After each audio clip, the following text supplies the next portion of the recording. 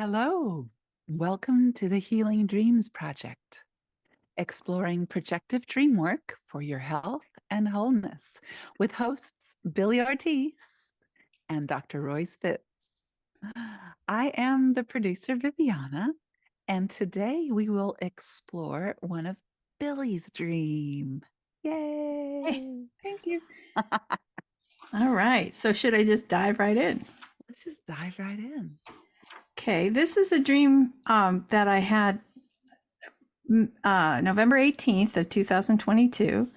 I titled it Marion Woodman, the cow neck dresses, and the trip to Sister Carmen's.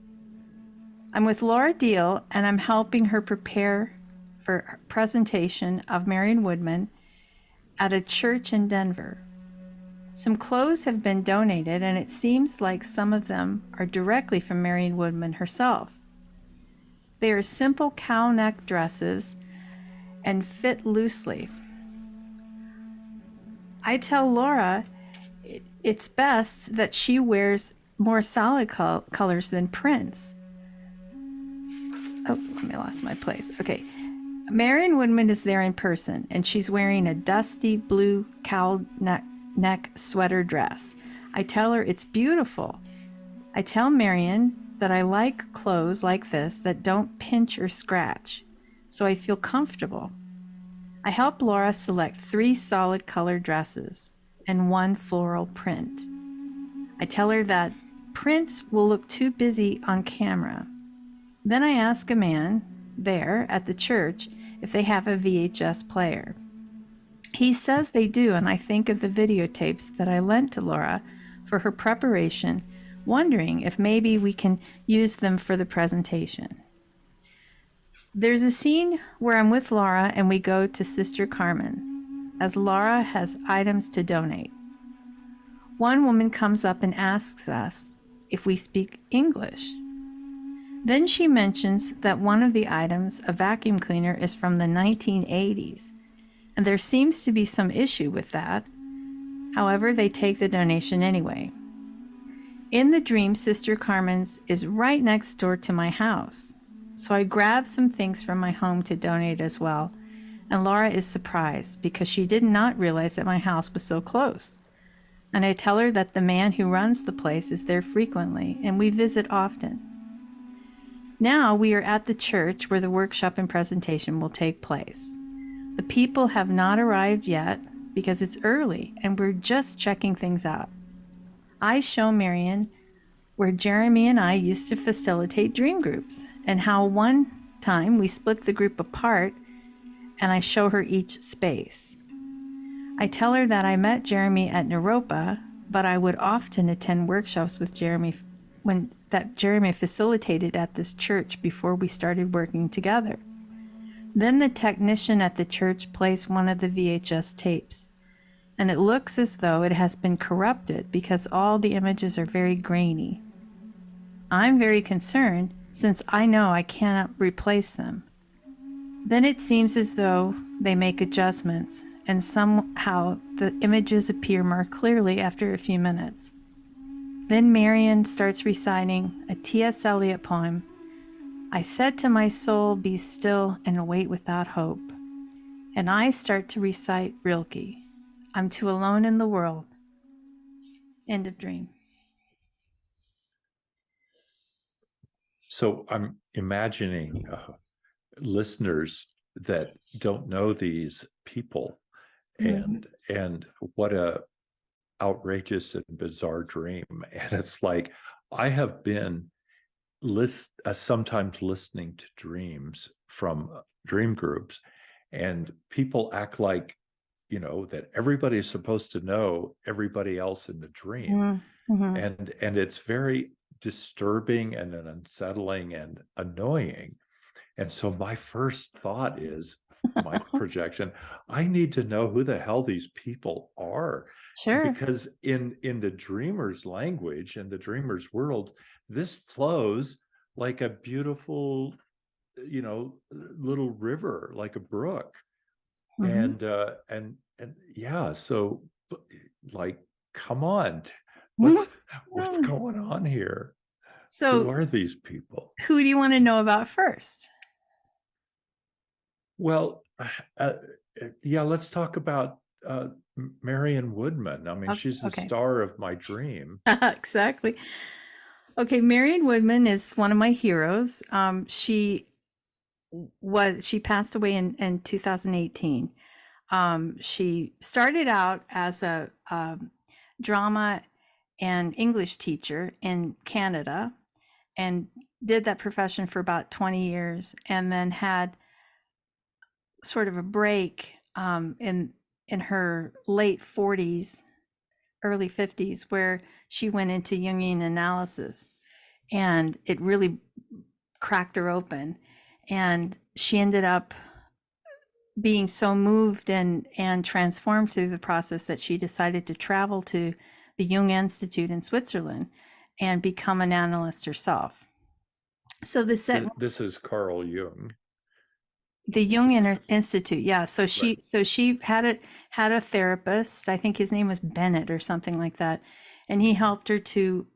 She suffered from anorexia, and so through the process of her analysis, she discovered many things and really fell in love with the Jungian psychology model. And so she decided to quit her job and travel to the Jung Institute and train to be a therapist herself. So one of the reasons I really admire her so much is that she just did this major life change right in her midlife. You know, it's quite amazing. She wrote a number of books. I don't remember exactly how many, but she also co-wrote a number of books as well. She partnered up with Robert Bly, and this is how I got to know who she was, because I love the study of fairy tales, and they put together a book called The Maiden King, which is based on, there's a Russian fairy tale originally called The Maiden Tsar. And so Woodman and Bly did a number of workshops where they would actually embody the characters of the fairy tale, and then from the transcripts of those workshops, they put together this amazing book. And I got really involved in it at some point when I was doing heavy research with fairy tales, and I learned a lot about Marion and learned a lot about Robert Bly, and then started, sort of branched out from there and learned more about their work. She helped a lot of people, men and women who suffered from anorexia, helped them to recover. And that's the best I can say with her background. Well, she's a legend in Jungian world, in the world of Jung, psychoanalytic psychotherapy analysts and stuff. And Robert Bly is a world famous, he died 5-10 years ago, not that long ago. No, really, just recently, like 2019, 2020. Yeah. And he was aged when he was doing these workshops, and he was known for raising men's consciousness, dealing with the male psyche and the wounded male psyche, and especially in the 80s and 90s, he was incredibly. So Marion Woodman worked with him, right? And that was one of her claims to fame, that she was actually invited to speak at the men's conferences, which was kind of like, wow, she's a woman, but that was, she broke that barrier. And that's when Bly, for the men's conferences, he worked with James Hillman and Michael Meade, and it was and Robert Bly's big book was Iron John, which is about accepting that wild masculine archetype within every man. So a lot of show notes that are going to need to be added to this. Definitely. With all of these famous people Yeah. inside my dream. Did I ever meet Marion Woodman? Unfortunately, no, I never met. I met Robert Bly. And I did go to one of his conferences at Ghost Ranch in the late 90s. I went to two. Ghost Ranch, New Mexico. Yes, in Abiquiu, New Mexico. And Georgia O'Keeffe's ranch, as some people call it. It was her ranch. Yes. Yeah. So, I had a great opportunity to meet Robert Bly, work with him directly for 2 intensive weekends. Unfortunately, I never crossed paths with Marion. I have to say though, when I used to commute back and forth from Lafayette to Boulder for many years, I always had to have something interesting to listen to in the car. And so I listened to hours and hours and hours of lectures of Marion Woodman.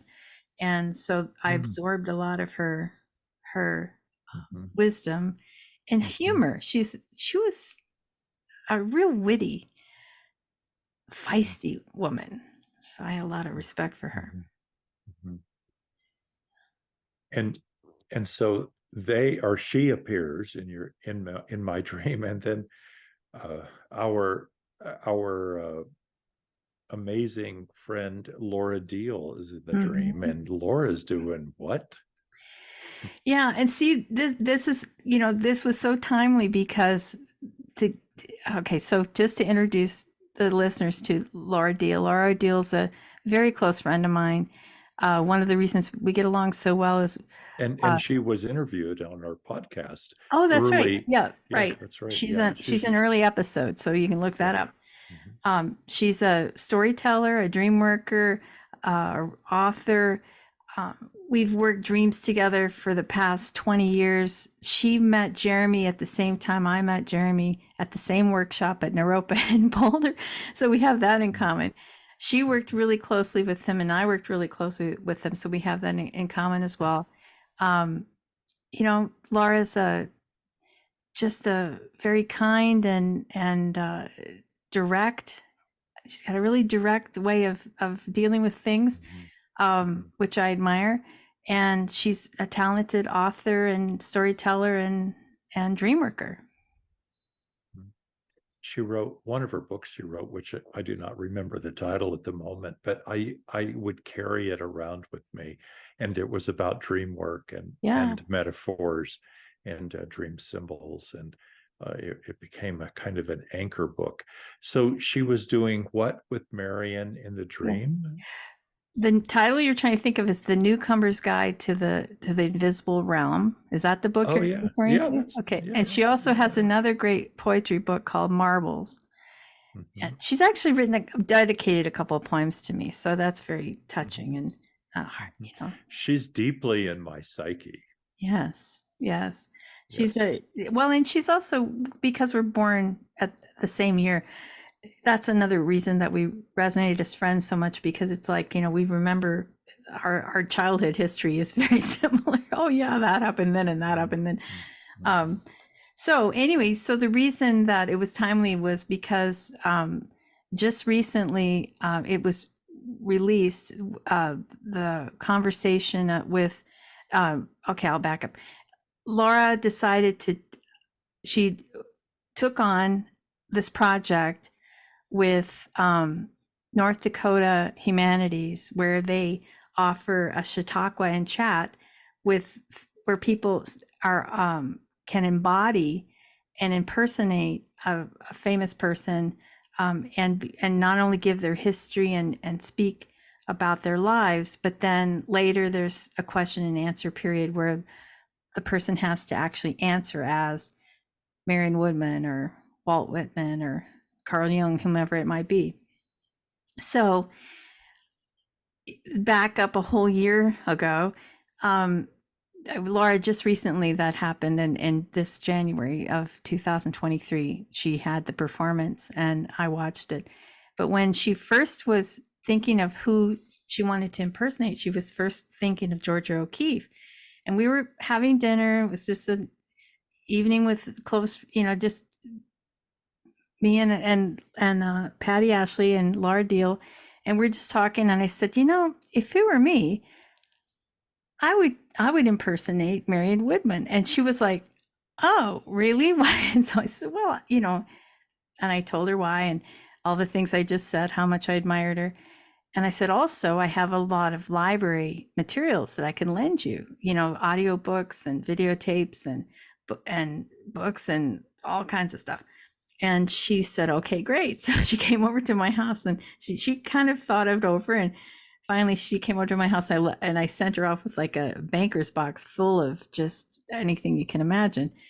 And so she spent an entire year absorbing and studying Marion's life, and it just all came to fruition just a week ago when we got to see the performance. So so when this dream came, November, she was at that crux point of like, I got to really get this, because I'm going to have the performance in a couple of months.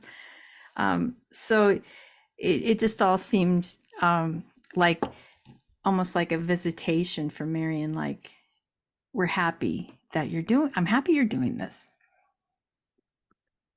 Something about the Chautauqua piece, Colorado, Nebraska, South Dakota, North Dakota, Kansas, to some extent, other states, fund a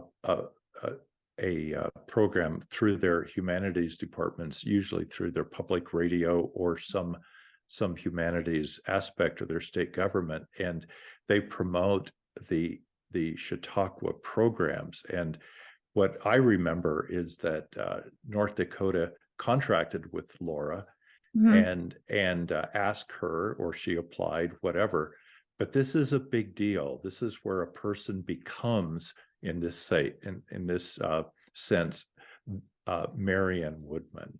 She becomes her and acts as her, talks like her, dresses as her. And so this is a deep incarnation of Marion Woodman. And so in my dream, I'm coaching my lovely friend Laura and providing support. And for me, it's like there are no boundaries really in the dream world between myself, Marion, and Laura, and maybe the other characters that appear in the dream. So I just wanted to kind of lift that up for the listener to see how deeply and psychically powerful this is, both in the waking world as well as in the dream world about this. And for me, it's like, yes, Marion Woodman is alive and well, giving her insights through with the people in my dream, through me. Yeah, thank you. Yeah, it is a big deal. It was so much work, and it went on for the entire year, and there was a lot of mentoring and coaching and practicing and to get to that point. And I think Laura's performance was spectacular. I mean, it was just unbelievable. I was like, wow, because she even took on some of her mannerisms and speech and idiosyncrasies and things. So that was what made it seem real. It seemed like, okay, this is Marion. I loved it. Just have a question. What is Sister Carmen? Okay, Sister Carmen's is the local charity in the city where I live here in Lafayette, Colorado. They're very helpful to those in need. There's a thrift store and also a food bank.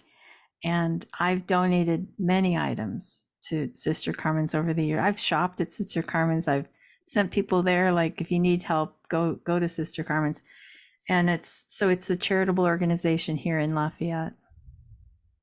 Was it founded by somebody named Carmen?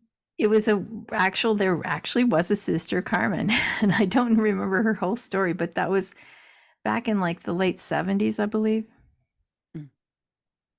And so am I, in the waking world, connected to this organization? I'm not really connected to them. It's sort of like the quickest, easiest place to go drop off clothing and shoes and items, household items and stuff that you don't need. And it's very close to my house. And like I said, just for years, that's where I take things for donation. It's funny because the other dream I worked, where we were in the the one about the Donna shrinking, and we were I was in the underground storage, and again the donation thing came up. Like I wanted to donate all the items, and I thought about that. And I thought that's a theme that's interesting. Show up more than once. How often do I donate in my life? Oh gosh, probably every 3 months or so. And I think I said this before, but my husband sort of he often calls my car the moving garage sale, because I always throw things in there like, okay, I'm going to donate this, I'm going to donate this, I'm going to donate, and then eventually it gets to the place where it's supposed to be donated. And then at the end, what is my relationship with T.S. Eliot and Rilke? Okay, that poem that I'm referring to, Rilke, that's probably one of my very favorite poems of all time. And I memorized it a long time ago. And it's very powerful because of the way that it speaks to my heart. And T.S. Eliot, I don't know as well, but I know it's interesting because I have seen Marion Woodman in certain interviews and certain situations where she just quotes Eliot like off the top of her head. And that was also one of Jeremy's favorites as well. And this is where my dream ends. Yeah, well, she starts speaking. There's that particular poem is my favorite Eliot poem. I said to my soul, it's a very said to my soul, be still and wait without hope. And so she starts saying it, just reciting it, and then so that in the dream, it's like, oh, I think, oh, well, I know a poem. So I just start to see, it's sort of like a poetry jam at the end, and that's how it ends. I love that. Viviana, you were going to say something, and I stumbled over you, I think. No, I already said what I wanted to ask. Okay. Well, I mean, my other question would be Naropa. Yes, thank you. And then qualities of Jeremy as well. Okay, well, Naropa is a university, a Buddhist university here in Boulder, Colorado. It's the only freestanding Buddhist university in North America. There you go. Thank you. See, Royce has got the real, the specific information that we need. Yes, the only freestanding Buddhist university in the United States. They are very well known for their writers program and a lot of different things, but lately I've known so many more people that have graduated with the transpersonal contemplative type psychology training. And the reason Naropa comes up is because that when I was first getting into dream work, and Dr. Ron said, there's these books you need to read by this man named Jeremy Taylor. And I took home the book Dreamwork, and I got so involved in it. And I thought, boy, it's like this man is speaking to me. And I was very excited about that. But then one day I'm walking downtown in Boulder, and I pick up a Naropa catalog and open it up to the page of Jeremy Taylor's picture. And it says, oh, I'm like, really? This guy, I'm reading his book, and he's going to be here in town, and he's going to have a workshop. And that's sort of where everything began for me with the projective dreamwork model, because I went to that workshop in 2000. Laura Deal attended as well. So it's one thing we have in common too. In fact, other people I know very well now were at that same work, sort of a nexus point of all the dream workers in Boulder County. And so I mentioned only in Boulder could this happen. Really, exactly. It's such a Boulder thing. Like there's a Buddhist university that invites Jeremy Taylor. And so anyway, it was really a huge moment in my life, because I can trace everything back to that workshop, to how my life changed afterwards. So there's a couple things that stand out, again, for facts for me to understand this dream. It may not matter to the listener. It matters a lot in my dream. that Chautauqua has a deep heritage on the prairie, and it originated in northern New York, but there was a movement that came out west to educate and to introduce prairie people who were supposedly very unsophisticated and isolated to the stories of the world. And they brought debates, they brought drama, they brought Shakespeare, they brought Sunday school lessons. It was originally started, I believe, by the Methodist Church, a certain arm of that, as a ministry to prairie, generally white prairie people. We need to own that. And so in the modern day Chautauqua movement, Laura is a part of this, and in my dream, this Chautauqua shows up.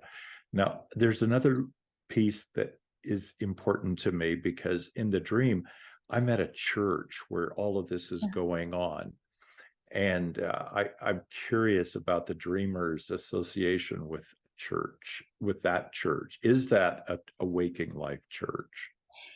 It's interesting because it hints at the First Divine Science Church in Denver, downtown Denver, which again is a place that I can say I can trace back to how my life changed from that moment forward. Because after I had my business relationship with Dr. Ron and things kind of fell apart, and I left that business relationship in February of 2002, and then I went underground or out of picture for 9 months, which was not the symbolism of which does not escape me. And then I got to the point where, I can't just give up on dreamwork just because this business relationship didn't work out. I still love dreamwork. And so some friends came over and to my office, they said, Billie, let's just work on dreams, and we don't have to, nobody has to be in charge or anything. So they sort of pulled me out of my shell, and I decided, okay, I love this too much. So I'm going to have to go online and see on Jeremy's website where he's going to be next. And I saw that he was going to be in Denver, October of 2002.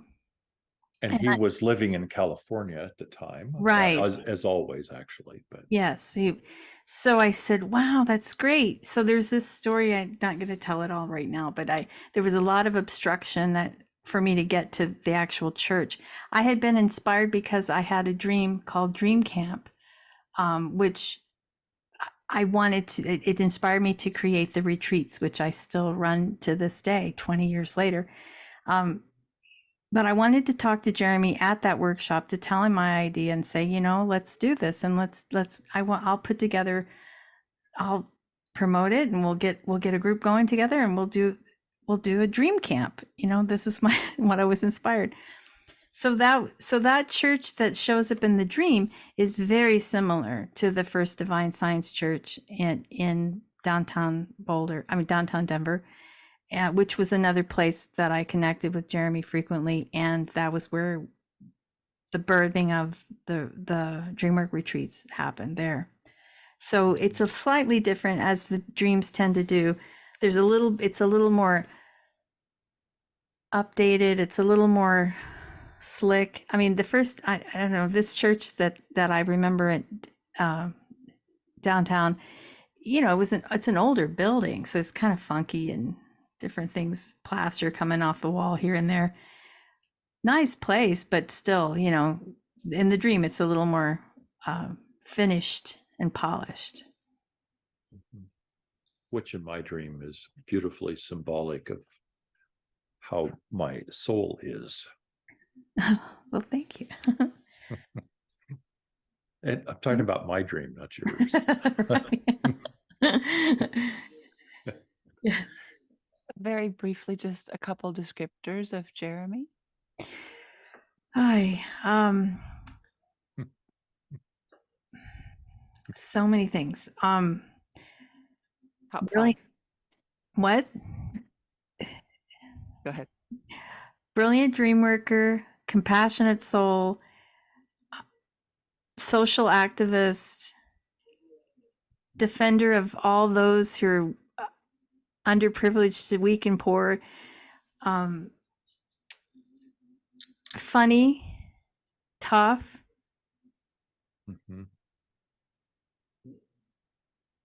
great sense of humor, and brilliant.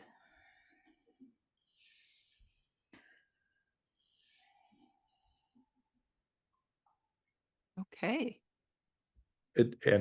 And I've heard the dreamer often talk about that, and this is true in my projection, a kind of a big brother slash daddy slash, for me, a priest of dreams.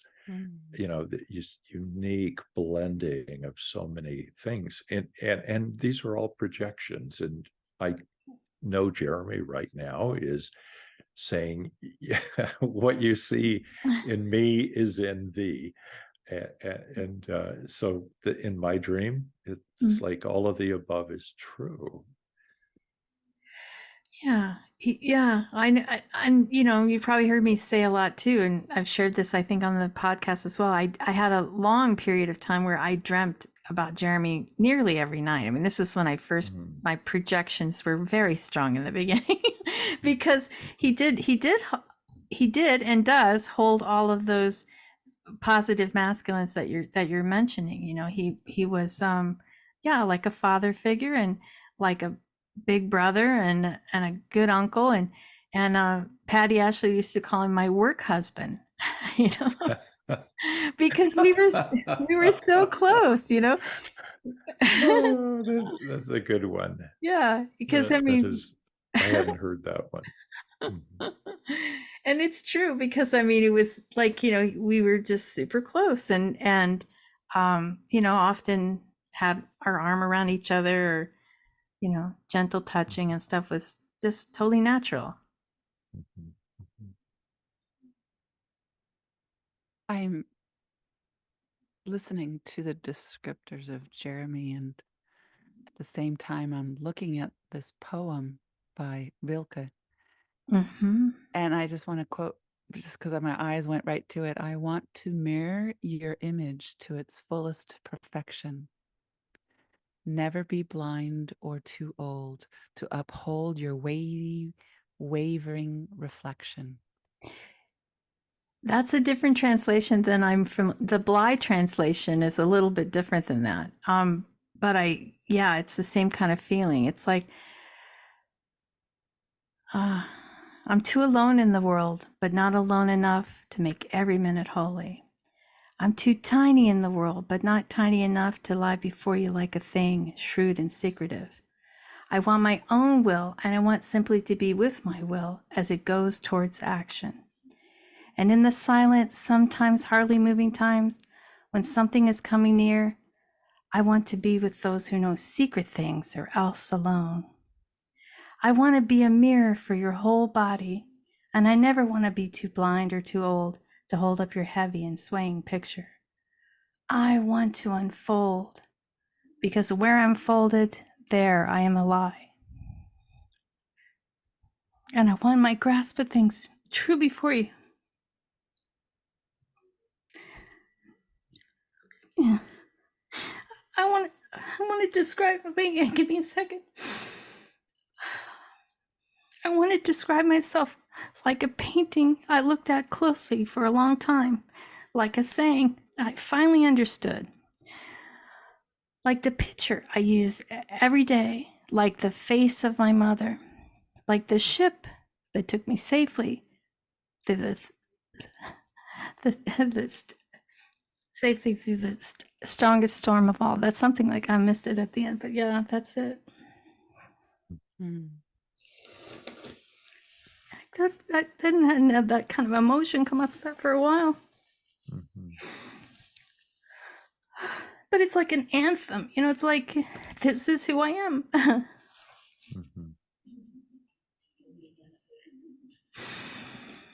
Yeah, so it's a thank you for looking that up, Viviana. It's I'm particularly drawn to the translation that Bly has, and there's a number of them. It's kind of like with Rumi too. You have to, I prefer Coleman Barks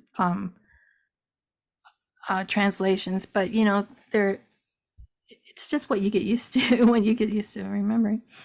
It's what my soul bonds with. This is Yeah. where I come out of the egg, and I have this impression. And there are other beautiful people around, beautiful poems, beautiful translations, and yet the one that I see first when I come out of the egg, that's what I bond with. And so it Right. tends to define this is inscribed upon my soul. Yeah. Viviana, please jump in. Don't raise your hand, just yell, please. So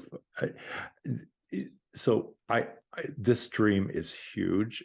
For me, this is overwhelming. There are so many people, so many characters, so much action, so many elements. And in some ways, if I had a microscope, I could look at a tiny section or scene or a part of a scene, and I would gain much about the beauty and healing that this dream holds for me. The dream just kind of rushes out of the pipe, gushes with scripturally with living water. So much here, and I'm imagining myself as a listener thinking, what the hell is all of this? What is this about?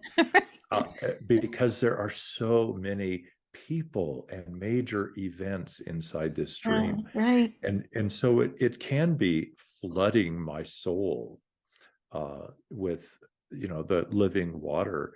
And I have it's hard for me to breathe, and I'm gasping for air as I try to drink of all of this living water. So as I stand back, if I can get on the riverbank and look at this stream from a little bit of a distance, part of what this says for me as I stand on the riverbank of dreams. Hey, that sounds like a fun title for something.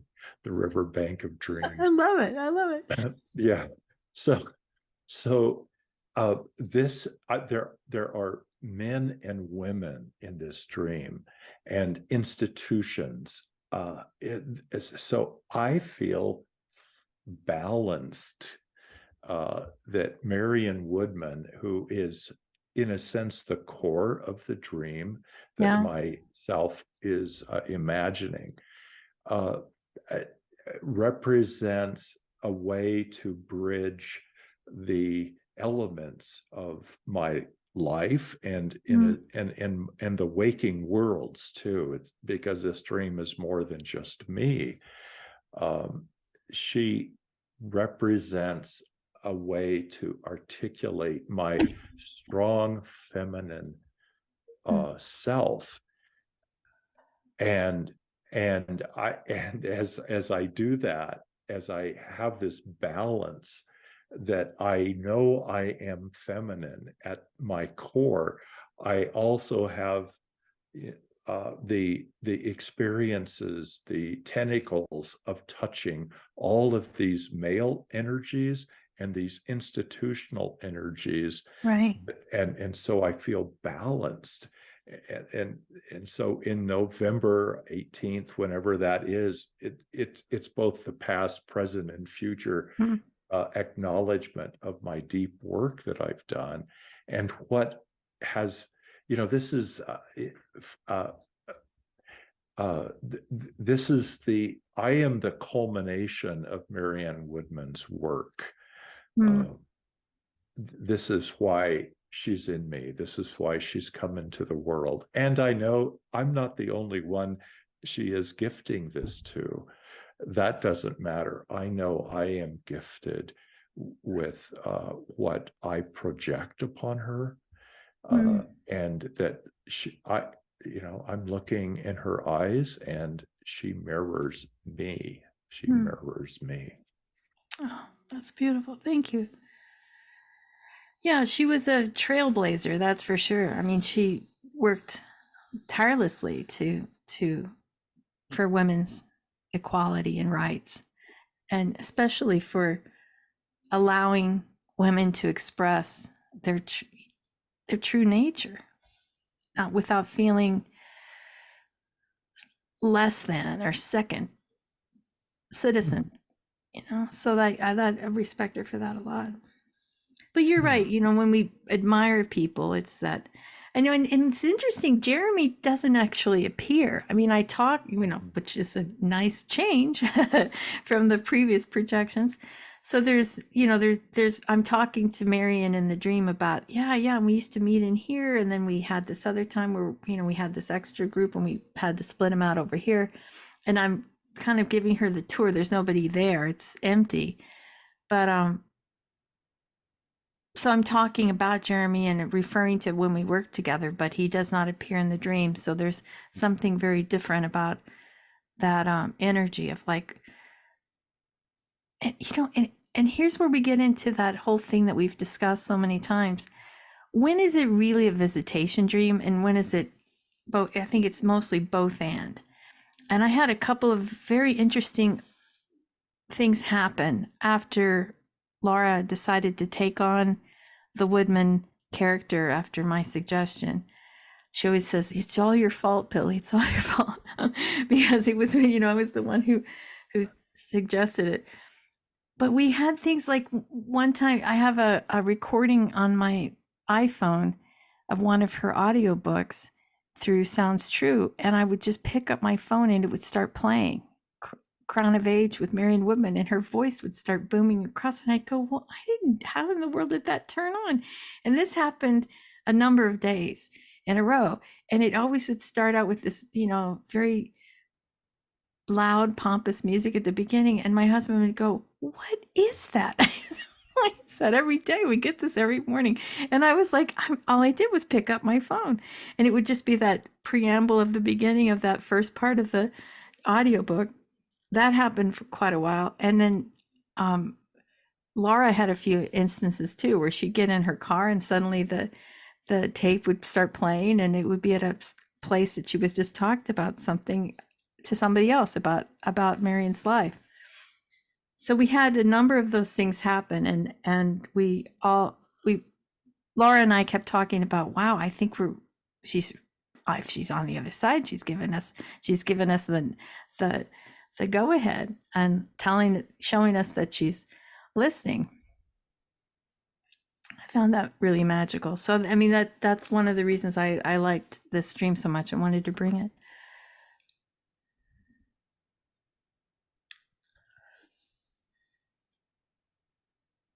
What is the significance of blue for me? Yeah, that's very specific in the dream. Dusty. Yeah, dusty blue. It's like a light blue. I like that color. I mean, it's not a color I wear that often. I've had a few things that color. Well, it's one of those places of paradox. I mean, blue can be peaceful and serene, but it also hints at depression when it shows up in dreams. So this is not a dark blue, though. This is a very light, like I say, dusty blue, which I can't think of anything would use this as an example, but yeah. And then a cowl neck sweater dress, also very specific. That's a real 80s kind of thing. You might be too young, Viviana, to know this, but there was the cowl neck, and Royce can relate to the cowl neck being. I'm not that old. Well, I know, yeah, but I mean from like the monks have the cowl, where you can put the cowl over the head, and it wraps around the face and then covers the neck. And so there was a trend in the 80s, I'm sure you remember this. It was just like there were so many cowl neck dresses. Everybody had, if you had a sweater, you usually had a neck that came down low, and like you could pull it up if you wanted to. You could pull it up over your face, but you wouldn't, of course, do that. But it was just the style, and that's what shows up in the dream. So it's another spiritual reference. If you find the origination of what a cowl is, it has to do with the monks covering. Yeah, especially since it's a sweater dress. Yeah, that very much. I love how that makes a gentle reference to the cloak of a spiritual person. Right. And then the 3 solid colors. What colors were they? Any? Gosh, I'll see if I can remember. Well, one of them is well, see, that's what's odd. It's very dreamlike because the dusty cowl neck dress that Marion's wearing is also something that is being donated. So it's almost like there's it's there and then it's on her as well. And Laura actually she found a cowl neck dress in her storage and she ended up a dusty blue color and she ended up wearing it for the presentation. What? But, yeah, I know. Did you discuss this dream with her? Yes, we did. She actually worked the dream with her. And then she goes, I'm going to go into, I went through my search. She says, look, she sends me a picture. She goes, look what I found. And then she ended up wearing that and then Laura was very surprised about the T.S. Eliot poem because she had decided to end her presentation with that particular poem. I did not know that when I had this dream. So there again is one of those Marion Woodman, let's help these women out. They're doing good jobs to spread the word. And I can't remember the other one. I think, okay, let me think. The other one that's solid color, I would describe it as a dusty rose. So it's kind of like a light pink. When I say dusty, meaning it sort of like has that sort of chalky kind of look, like it's not a solid complete color. It's kind of like faded. And then there's the last one that is a floral print is the one that I tell Laura, I would not wear this one on camera because it's too busy, but it's still beautiful. It's just like big kind of irises on a pattern on the dress. But they're all the same shape and they all have the same kind of neck. Isn't the iris the part of the eye that makes that we see clearly with? I don't know enough about I don't know. I think like it's the lens of the eye. Or it's the color. Maybe it's Yeah, the color. it's the color of the eye, I believe. Okay. Mm. Where am I going, Viviana, in my dream? I'm gathering information, and if it were my dream, dusty blue for me would be, well, the fact that I live in Colorado, which can be deserty, dusty, and it's almost like, and this is an 80s a dress from the past, so it's a cloak that I used to wear. In the dream, I'm picking out new dresses, new cloaks, new masks to wear, and one that's not blue, one that is rose. And for me, the color of red, dusty, is the color of the heart. So it's almost like blue for me is more head space, and I'm graduating into more the color of the heart. And flowers are always something of beauty for me, but it's also short beauty. Yeah, it's true. It's just a beauty for a little time. Yeah. Right. But I Iris love, doesn't last very long at all. That's right. yeah, and then there's also the fact that there's a VHS player, which is another relic from the past, right? Yes. And so it's like I'm diving into my life as it was, and then it's almost like a graduation dream in that I'm bringing in, and it's all about donations as well. So I'm letting things go. Again. The vacuum cleaner also from the 80s. Oh, right. So Yeah. so I'm getting rid of this 80s persona that I was, and moving into this new realm of the positive, what do you always call it? The positive mirror that is Marion and Jeremy and Laura.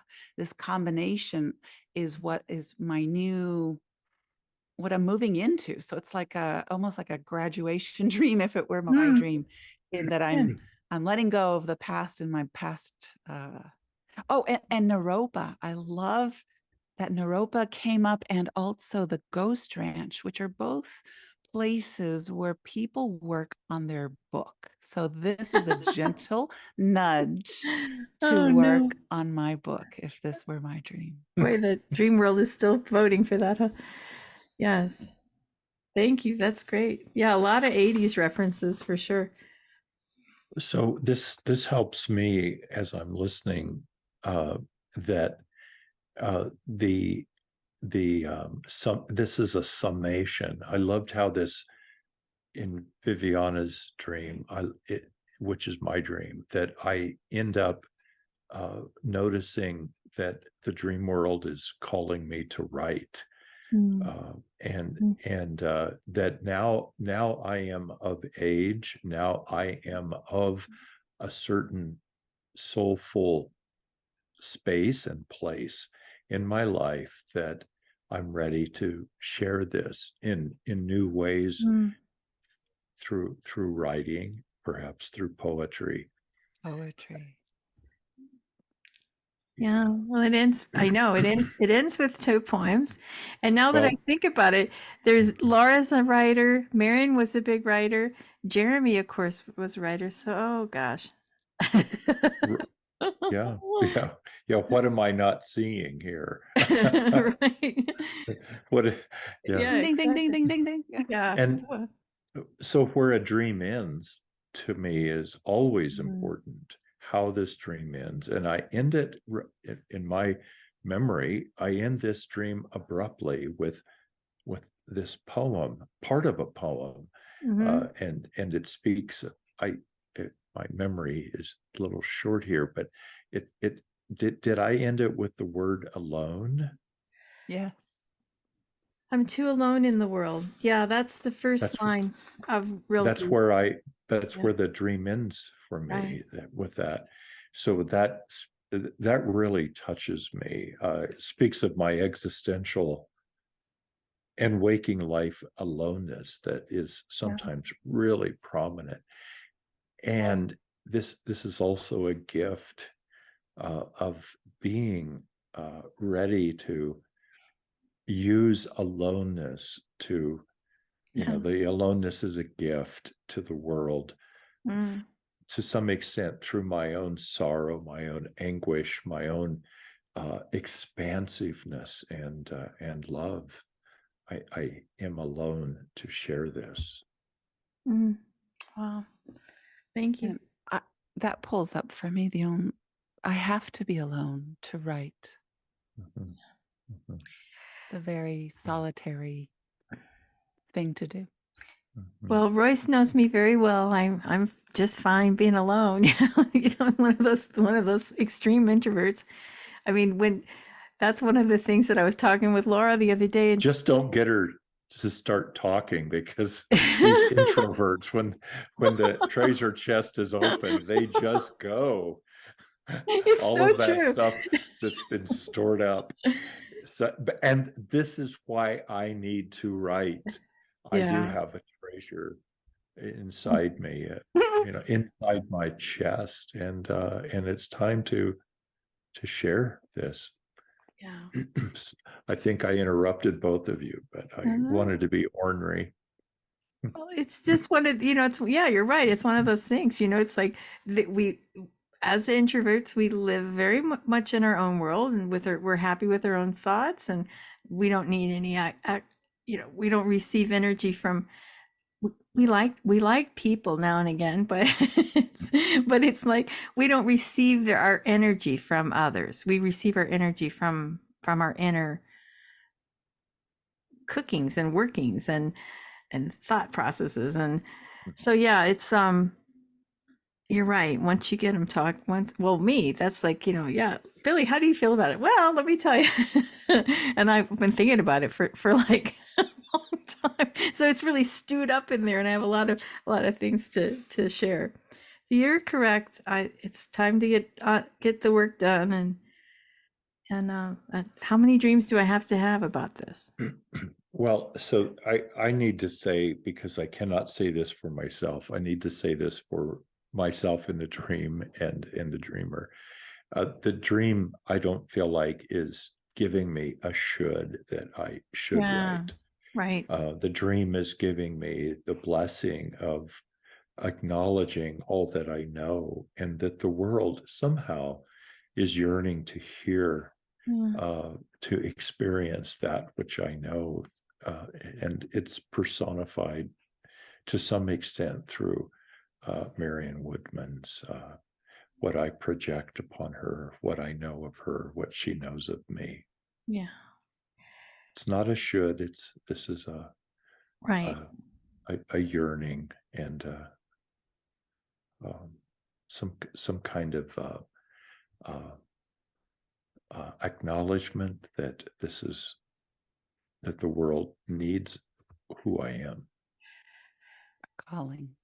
Oh boy, that's Calling. Thank you. They're calling. Yeah, I love how there's a point at which it looks as though it's been corrupted, or things are very grainy. It's almost like maybe in the past I wasn't ready to put words on paper, and now I just tweaked it a little bit, made some adjustments, and somehow the images are appearing more clearly. Yeah. So just take, I need, again, it's a call for me. If I take that lens and adjust it just a little bit, and with a lot of alone time that I have, I think I just need to focus. I would use this as an urging, a gentle nudge to adjust the lens, spend more time alone, and put all of this on paper.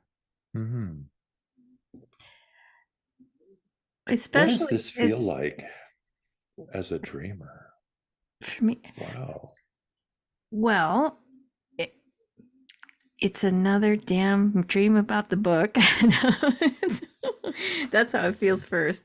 But what's coming to me now too is one of my first projections on Marion was how she made this drastic life change in her 50s. And I just turned a week and a half before the stream, I turned 61. So the message there is that it's never too late. It's always time. There's always time to pick up and do what I'm called to do.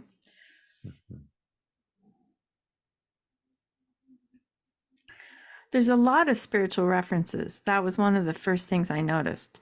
The first being the cow neck thing, and I've dealt with this before in other dreams. That's an ancient reference to the calling of removing oneself from daily life and living I don't know how to pronounce the monastic life. The Hermit. Being away from the hustle and bustle of the world and committing to the calling. And then of course there's the church, and then Naropa's mentioned, and then Sister Carmen's. That's another spiritual reference, because that's a spiritual organization that helps the needy.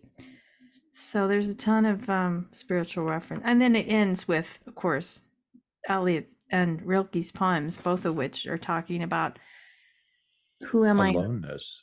I? Well, aloneness, but also who am I really in the world, and does anyone really get who I am? And That's what I said, aloneness. I am so unique, I'm alone, Right. and the world is still yearning for me. And as I was listening to the reflections on the cowl, the other aspects of some version of spirituality, conscious spirituality, all of this is spiritual. There may be more that is conscious spirituality, and yet they're all linked. I had this sense of my shamanic spirit. Sometimes the shamanic one does not live in the with the tribe, in the village, and in the clan. It is somewhat separate physically, as a way to, because I am alone as a shaman. I'm in the world and not. Let's say, how does the scripture Not go? of the world, yeah. I'm in the world, but not of the world. Of the world, And how do I walk like that? How do I live like that? Right. How do I write like that? How do I have joy like that? How do I be with and not of? Those are the pains and the struggles of the shamanic soul, and again, lifting up how I experience Viviana's words. This is what I can write about. Yeah. Wow. Well, thank you guys. It's a lot in here. Knew it was a big dream. Huge. I mean, I love the poetic references at the end. I'm now looking at T.S. Eliot's poem and how much of a paradox this particular poem is.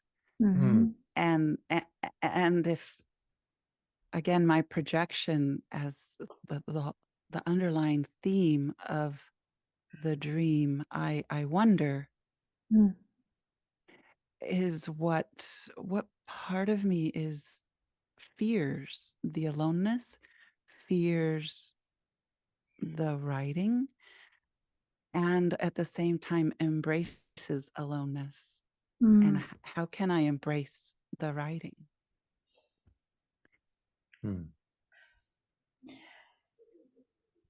Well, I think it's the projections that are the part that always is uncomfortable and makes me uneasy. Is because once you put something out in the world and say, this is what I think about it, here it is on paper, there's a lot of projections that people make on that and say, well, that's not the way I feel about it, or why would you say that, or what, that kind of stuff. I think there's some piece of, and then it's all about being worthy too, and who wants to listen to what I have to say, those kind of feelings, but that's just those are insecurities that are there, I'm sure, with everybody. Well, the Marion in me overcame these insecurities. So she overcame the securities. Thank you for the slip, Mr. Freud, because in some ways I'm too secure in my present, and I also am overcoming my insecurities because I'm branching into brand new areas, into the unknown. And at my age, and this is a way for me to not stop my dying process. I cannot do that. I'm not going to avoid that. I'm going to embrace my dying process and my aging. And this is what I can give to the world. This is the elder. This is the crone. This is the gift from those of us who are living to our dying day. Yeah, beautifully said. Thank you. With those paradoxes, I just want to read the last line of T.S. Eliot's poem that was quoted. So the darkness shall be light, and the stillness the dancing. Yeah. I just thought that that was mirroring what Dr. Fitz was just saying. Yeah. And the stillness of dancing. Yeah. So let's, in, in my need to have some kind of closure with this, please repeat those words from T.S. Eliot again, and let's let that end this, if This that's is okay, the Billie. Oh, I love it. Go for it. Okay, the let's just last. end, yeah, for the listener and for us. Please say Okay. this. So this is the last line of the poem that was quoted in my dream by T.S. Eliot. So the darkness shall be the light, and the stillness the dancing. Yeah. It's great. It's a exquisite piece of the whole thing. Ah, well, And thank you. and out of my old tradition, and the people say, Amen. Amen. Well, I think I'm ready to close this up, but thank you guys so much for everything. Oh, It it's was beautiful. it was a great I could tell when I woke up, there's those dreams that you wake up and you go, wow, I've got to make sure to get this one down, every detail of it. And I mean, I was making little notes on scribbling on like napkins and stuff before I actually could get to where I could type it out. And I was blessed with like 3 pretty intense dreams just a few days apart. And so this one, but I had not had this level of recall for quite a while. I mean, to this depth of description and little fine details. So it was really a gift. This is where I would want to pay particular attention to my dreams tonight and for the next few days, and maybe have a moment of T.S. Eliot and Marion Woodman meditation. Yes, yes, definitely. And Marion was a big T.S. Eliot fan, so you know that makes sense. All right. Well, thank you guys. This was really wonderful. And there was a cathartic moment there for me that I was surprised by some of the emotion that came up. I've recited that poem hundreds of times and not ever had that level of emotion come up. So that means that something's breaking open. It is profound and transformational. Beautiful. Well, Billie, tell us about wakeuptoyourdreams.com. Okay, well, I offer private sessions and I also offer 2 groups, one that meets in the afternoons and one that meets in the evenings. And all the dates are up on the calendar on my website, wakeuptoyourdreams.com. I'm also hosting my next live in-person retreat in May of this year, May 5th through the 7th at Peaceful Meadow Retreat Center in Boulder. People are already signing up. And I also train and mentor individuals to become dream workers themselves through the Rocky Mountain Institute for Projective Dreamwork. And I just started another round of training, and another new one will be coming up soon. Wonderful. And to the listeners, can you imagine working and learning about dream work with Billie after this deep, beautiful dream? Won't that just be out of this world, out of the dream? Oh, thank you. Thank you. At a place called Peaceful Meadows. Yeah, Sounds perfect. it is. It's very peaceful there. It's appropriately named. I love it. Well, roycefitz.com. Tell us about what goodies will one find there? Well, just to do a quick free association, stream of consciousness sharing. As hopefully the listeners can understand, we and I deeply love soul searching dream work. And on my website, if you were to go there, you can sign up for a free 30-minute consultation to begin the process to see if this kind of journeying and spiritual counseling and dream work is for you.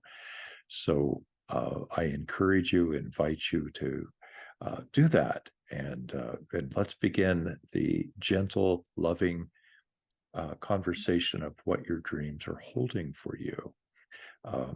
And speaking of books, this year in 2023, probably more towards the middle of the year, The Geography of the Soul, Dreams.